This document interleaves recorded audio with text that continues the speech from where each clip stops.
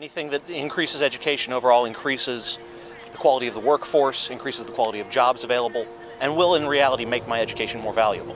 I think it's good for people who actually benefit off of it. I don't really take it as a problem or any personal offense, I guess, per se, but it's somewhat unfair to people who actually have to pay out of pocket. It kind of sucks that I have to pay for it and they didn't, but it was my choice to go to university. I've got some questions about the economics of it and whether or and how we're going to pay for it, at least in the short term. Again, as the workforce improves, trickle-down economics, eventually we'll start seeing returns on it. And it's probably a good idea in the long run.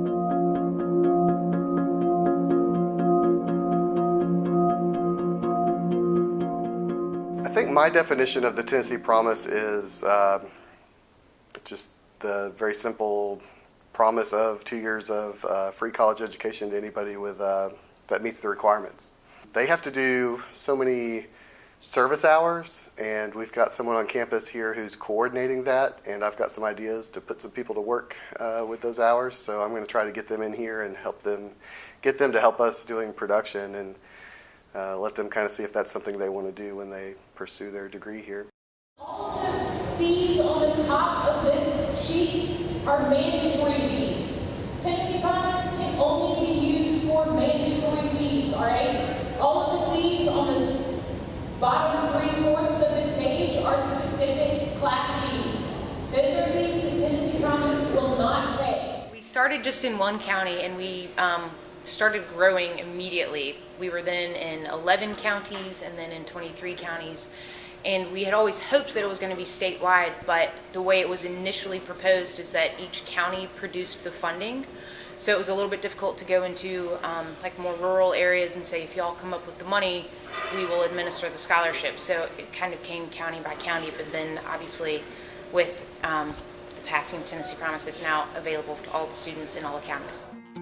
As Tennessee Promise, quote unquote, begins with this class of 2015, the money now that will fund their last dollar scholarships is actually part of the lottery reserve. So basically think of it as, this is excess money that the state's generating from ticket sales and stuff. And then the money that we have left over that we don't use to fund these Hope scholarships, that money was basically put into a savings account or a reserve, and so that reserve has built up over time, hundreds of millions of dollars. These students will only receive money from Tennessee Promise if they're not receiving enough Pell, TSDA, or Hope to offset the tuition at a TCAT or a community college. If I'm only receiving, say, a $3,000 Hope scholarship and no Pell and no TSDA,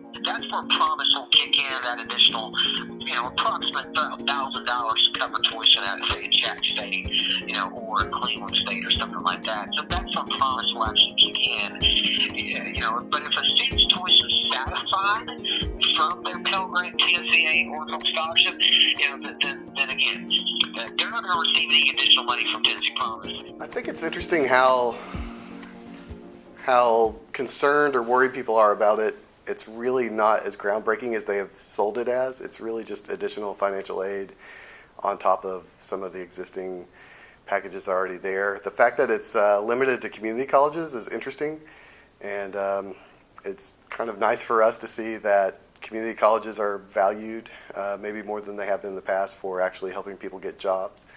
But the real deal is if people aren't willing to work hard in community college or four-year school or even just go to work and work hard, they're not going to be successful anyway. So it's another opportunity for people to work hard at something and make something of their lives. So for that, I'm pretty grateful.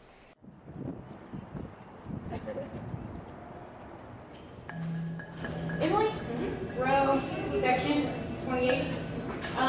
Do me a favor, is going to get kind of type in 28. Try to select the next one. Where's your last name? Abby. Get one of these. And Initially, what we're ideally trying to do is get students in at the community college level, get them started, at a place here like Chattanooga State, and then send them on to get their bachelor's degree at UTC, University of Tennessee, Knoxville. So that's our end goal. We're trying to start them here and then hope that they go on their own until they get their bachelor's degree. So hopefully it'll be doing good things for the four-year schools in the state. You know, we're having the Tennessee Promises coming along right when we're starting the, a project to build, 600 new beds. That timing can cause some folks to be concerned. I'm not even sure 600 beds will be enough, to be honest. So it wouldn't surprise me if in 3 or 4 years after we build that we are facing an issue of, hey, we've got all these people who want to live on campus, and we're running out of space. Does UTC and Chattanooga State, do they have a pretty good relationship as far as transferring credits over? Yeah, I think it's getting better. I mean, I think the chancellor and our academic affairs folks are working with Chattanooga State to build those relationships. That we're entering into some new partnerships with them and Cleveland State to kind of ensure. I think it's a responsibility now, because we know that more people are going to be going to that 2-year experience first, and then expecting, some of them at least, expecting to be able to take those 2 years and move them into a 4-year institution easily, somewhat seamlessly.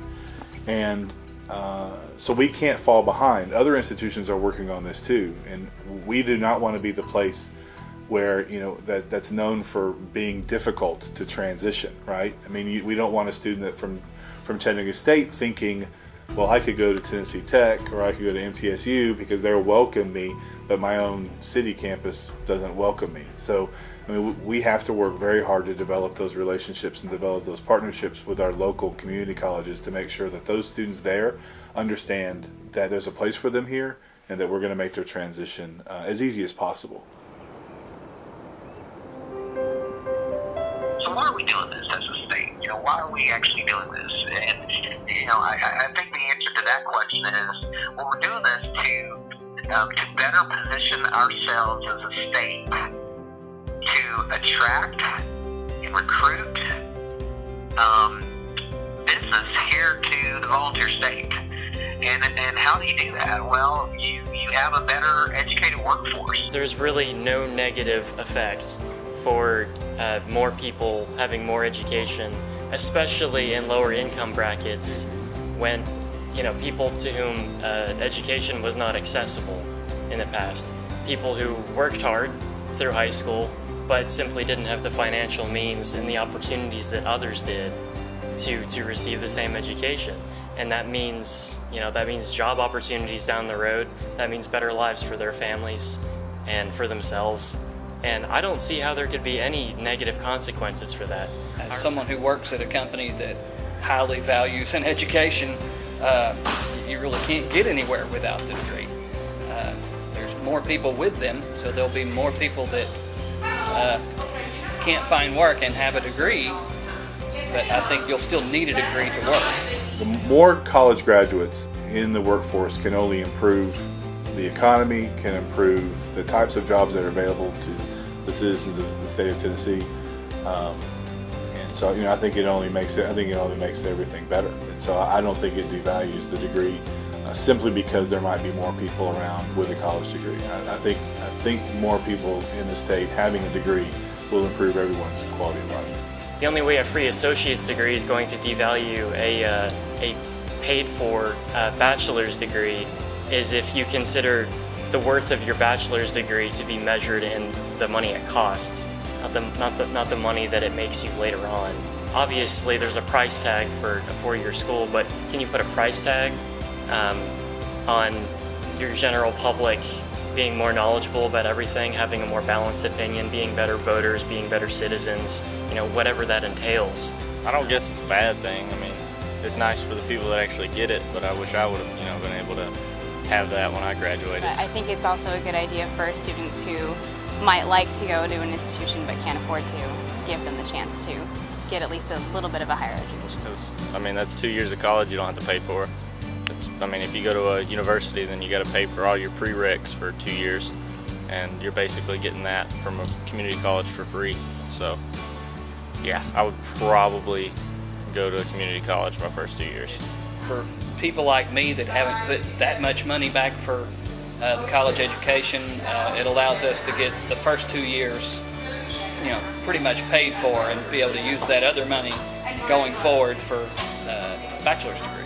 We're really excited about being able to tell, kindergarten classes now that you get to go to college for free. So if you stop right after high school graduation, it's kind of considered dropping out in a sense, because you can go to Chattanooga State now for 2 years for free with Tennessee Promise, or any of the 13 community colleges or 27 colleges of applied technology in state. So we're hoping it's going to do good things for education, obviously.